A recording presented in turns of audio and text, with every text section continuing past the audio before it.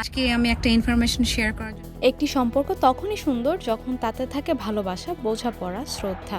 কিন্তু সব সম্পর্ক কি আজীবন টিকে থাকে? কখনো কখনো জীবনের সবচেয়ে প্রিয় মানুষটির সঙ্গেও দূরত্ব তৈরি হয়, আর সেই দূরত্বই কখনো পরিণত হয় বিদায়ে। এভাবে ৬ বছরের দাম্পত্য জীবনের পর সঙ্গীত শিল্পী দিলশাদ নাহার কণা ও তার স্বামী গোলাম মোহাম্মদ ইফতেখার গহীন আলাদা পথে হাঁটার সিদ্ধান্ত নিয়েছেন। ২৫ জুন নিজের অফিসিয়াল ফেসবুক পেজের একটি আবেগঘন পোস্টে কণা জানান এই সংবাদ। পোস্টের শুরুতে লেখেন, আমি আপনাদের ভালোবাসার কণা। জন্ম, মৃত্যু, বিয়ে সবই আল্লাহর ইচ্ছা। ঠিক তেমনই যে কোনো বিচ্ছেদ হয় তারই ইশারায়। ১৬ জুন ২০২৫ তারিখে আনুষ্ঠানিকভাবে শেষ হয় কণা ও ইফতেখারের বৈবাহিক সম্পর্ক।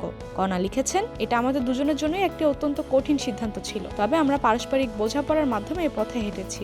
আমরা একে অপরের প্রতি সর্বদা শ্রদ্ধাশীল থাকব।